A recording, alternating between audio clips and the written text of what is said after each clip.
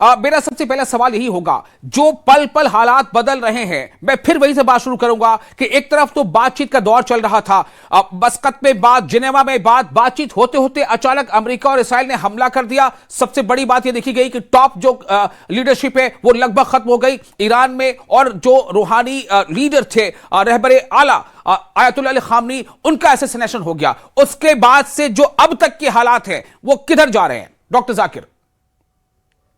देखिए, हालात तो ठीक नहीं लग रहे हैं और ईरान कमिटेड है अपनी बात करने में। अगर वो इतनी जल्दी जो है निगोशिएशन टेबल पे आता है या जो भी वर्ड इस्तेमाल करिए, सरेंडर तो वो नहीं किया, ना करेगा जी, तो उसकी भी साख अपनी कंट्री में खराब हो जाएगी, खत्म हो जाएगी और लोग इस गवर्नमेंट के खिलाफ भी आ जाएंगे। क्योंकि जिस तरीके से एक आदमियों का सैलाब उमड़ा है सड़कों पे, उससे ये सारी एकदम वेस्टर्न मीडिया का पूरा नरेशन साफ हो गया है।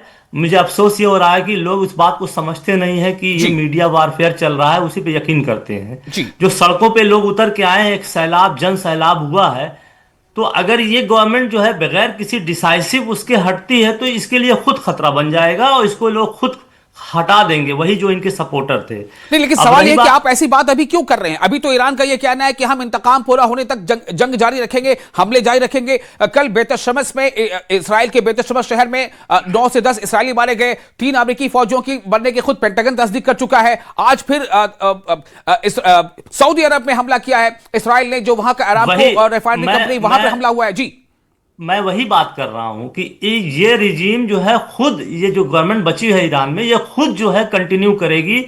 और अमेरिका जो है एक बहुत ही ब्रूटल वार की वार्निंग देके शायद जो है पेरेंट कंट्री को दबाने के उसमें है। और ये जो तमाम जो कंट्रीज ज्वाइन कर रही हैं जी, ये बिल्कुल वाज़ेह था कि ये ज्वाइन करेंगे ही, चाहे ये बात होती या ना बात होती। क्योंकि ये वैस्प है, वैस्प जो है वो पूरे एशिया को, पूरे कंट्री वर्ल्ड को अपने कंट्रोल से बाहर नहीं जाने देना चाहती, ख्वाह उनके अंदर कितने डिफरेंसेस हो जाएं। जी, अब ये देखना है कि ईरान, अगर ये भी मैं मान सकता हूं कि अमेरिका जो है ईरान पे न्यूक्लियर बम इजराइल के थ्रू इस्तेमाल करवा भी सकता है। अच्छा, आपको ऐसा लगता है? ये तो बड़ी बात है। अगर आपको ऐसा लग रहा है तो ये बड़ी बात है। नहीं, ये बात जो है सामने भी आई है कि जब नेतन्याहू व्हाइट हाउस में गए थे तो उन्होंने अमेरिका के सामने, ट्रंप के सामने 2 प्रपोजल रखे थे। आप हमारे साथ ज्वाइन करिए, और अगर आप ज्वाइन नहीं करते हैं तो हमारे पास जो भी असलहे हैं उसका हम इस्तेमाल करेंगे। तो ये बात आई थी, इसलिए ट्रंप का भी अपना एक मकसद है आने का, लेकिन नेतन्याहू ने ये बातें रखी थी। अब ये देखना है, हम ये सब जानते हैं कि नेतन्याहू इस जो है फोर्स से, इस बात से, एक सुपर पावर के कनपट्टी पे गन रख के, न्यूक्लियर गन रख के ये बात कर रहे थे। वहां पे ज़ायनिस्ट लॉबी इतनी स्ट्रांग है कि उसको ट्रंप भी नहीं हटा सकते, या कोई भी नहीं कर सकता, जितने भी लोग आए हैं। आप देखिए, इतना बड़ा एपिस्टीन फाइल हो गया, उसमें इतनी चीजें हुई लेकिन कुछ नहीं हुआ। तो वो पूरा कंट्रोल करके रखे हुए हैं, वार भी करना है, इलेक्शन भी जीतना है, लेकिन एक सेनेट मेंबर है, मैसी नाम है उनका, वो ये कह रहे हैं कि ये तमाम दुनिया में जगह जगह धमाके करने से एप्स्टीन फाइल का बोझ कम नहीं हो जाएगा। ये वो डोनाल्ड ट्रंप को इशारा करके बोल रहे हैं, या अमेरिकी सेनेट मेंबर का स्टेटमेंट है। क्या कर लेंगे वो क्या मतलब मिड टर्म इलेक्शन में ट्रंप को हरा देंगे? उसके पहले क्या कर पाएंगे? वो स्टेटमेंट ही तो देंगे। अगर वो करना चाहते हैं तो इसको जो है मैसिव उसमें ले आए, सड़क पर मिड टर्म इलेक्शन में हरवाएं, अक्टूबर में नेतन्याहू को हरवाएं, ठीक है, पूरा सिस्टम चेंज करें। ये आपका सवाल बहुत जो है, ये अभी सिचुएशन है, सवाल पे जवाब बात कर सकते हैं। फिलहाल अफसर अहमद हमारे साथ मौजूद है। अफसर, आपका इस्तकबाल है। मेरा सवाल आपसे ये होगा कि ये जो सिचुएशन है, इसमें अब ये देखा जा रहा है कि दुनिया जो है अपना पक्ष लेने लगी है। भारत के प्रधानमंत्री भी कह रहे हैं कि जो पश्चिम एशिया में जो स्थिति बनी है वो भारत के लिए चिंता का विषय है। वहीं दूसरी तरफ हम ये देख रहे हैं कि यूके ने अपना स्टैंड बदला है, वो अब शिफ्ट हो रहा है अमेरिका की तरफ। वो एक तरह से वो लॉबिंग कर रहा है कि अमेरिका के साथ वो है अगर ईरान के खिलाफ लगातार हमले होते रहते हैं तो।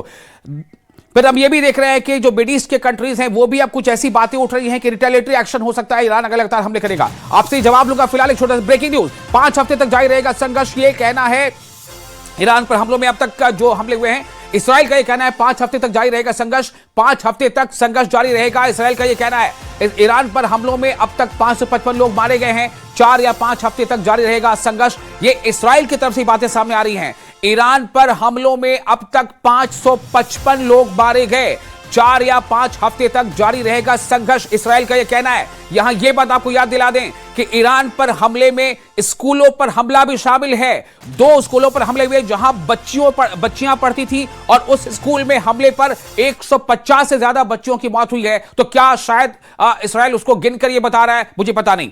अफसर, मैं आपके पास आना चाहता हूं। सवाल सीधा है कि ये पहले तो मैं आप मुझे रिएक्शन दे कि इस वक्त स्थिति क्या है, आप इसे कैसे एसेस कर रहे हैं?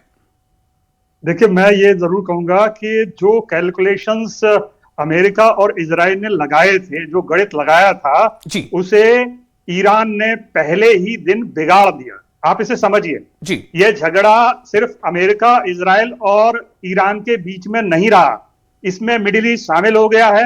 और मिडिल ईस्ट के 7 से 8 देशों पर जो उसने ड्रोन मारे हैं, मिसाइल दागी हैं, वो सिर्फ संकेत नहीं था। उन्होंने उनके सारे अमेरिकन एसेट्स पर हमला किया है, तो पूरा मिडिल ईस्ट उसने शामिल कर लिया है। और ये अमेरिका पर सीधा प्रेशर है। आप समझिए, दुबई पे अगर कोई बमबारी हो रही है, मिसाइल गिर रही है, या आपका कतर पे कुछ जा रहा है, बहरीन पे कुछ जा रहा है, तो आप ये मान के चलिए कि उसने ऐसा अमेरिका मतलब ईरान ने पहले दिन जो है काउंटर प्रेशर क्रिएट किया है। ये बात सही है कि इजराइल को कहते हैं प्रिसाइज इंफॉर्मेशन थी। अमेरिका और इजराइल ने मिलके खमेनी साहब को शहीद कर दिया। लेकिन एक बात जान लीजिए कि ईरान ने पहले ही दिन जो स्ट्राइक की है, वो ये बताने के लिए काफी है कि ये खेल सिर्फ एक तरफा नहीं होगा। एक दूसरा, इस पर अमेरिका पर बड़ा जबरदस्त दबाव आने वाला है। और तीसरा, ट्रंप के फैसलों पर सबसे ज्यादा सवाल अब उठेंगे। आप ये जान लीजिए कि ट्रंप की प्रॉब्लम क्या है।